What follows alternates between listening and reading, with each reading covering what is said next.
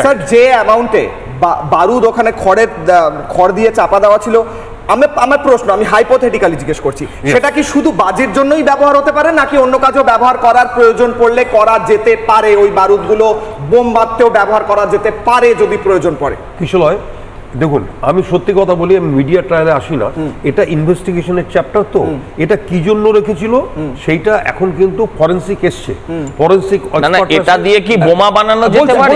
যেতে পারে। সজল দা একটু বলতে দাও, জানি আমি যেতে পারে। ঘটনা হচ্ছে যে এই যে বাজির কারখানা যেটা ধরা পড়েছে, এক্সপ্লোসিভ ধরা পড়েছে, এখানে ফরেনসিক এক্সপার্টরা এসছেন, ফিজিক্সের এক্সপার্টরা এসছেন, তারা একটা বিশাল রিপোর্ট তৈরি করে তারা গভর্নমেন্টকে দেবে এবং পুলিশকে দেবে।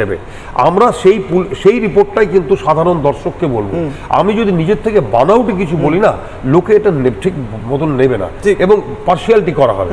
আমি ন্যায্য কথা ন্যায্যভাবে বলা দরকার আছে। ফরেনসিকের রিপোর্টটা কয়েকদিনের মধ্যে পাওয়া যাবে। ফরেনসিক এক্সপার্টরা স্পটে আছে এখন এই মুহূর্তে, তারা দেখছেন সব কিছু, তারা বলবেন যে এটা কি জন্য হয়েছে। তবে আমার ব্যক্তিগত যেই প্রশ্নটা আপনি করেছেন যে এতগুলো এক্সপ্লোসিভ, এতগুলো বারুদ যেখানে মাটি চাপা দিয়ে খড় দিয়ে ঢাকা রয়েছে, এটা নিঃসন্দেহে এটা আইন বিরুদ্ধ কাজের জন্যই নিয়ে আসা হয়েছিল। এটা কিন্তু সাধারণ কাজের জন্য, বাজির জন্য আনা হয়।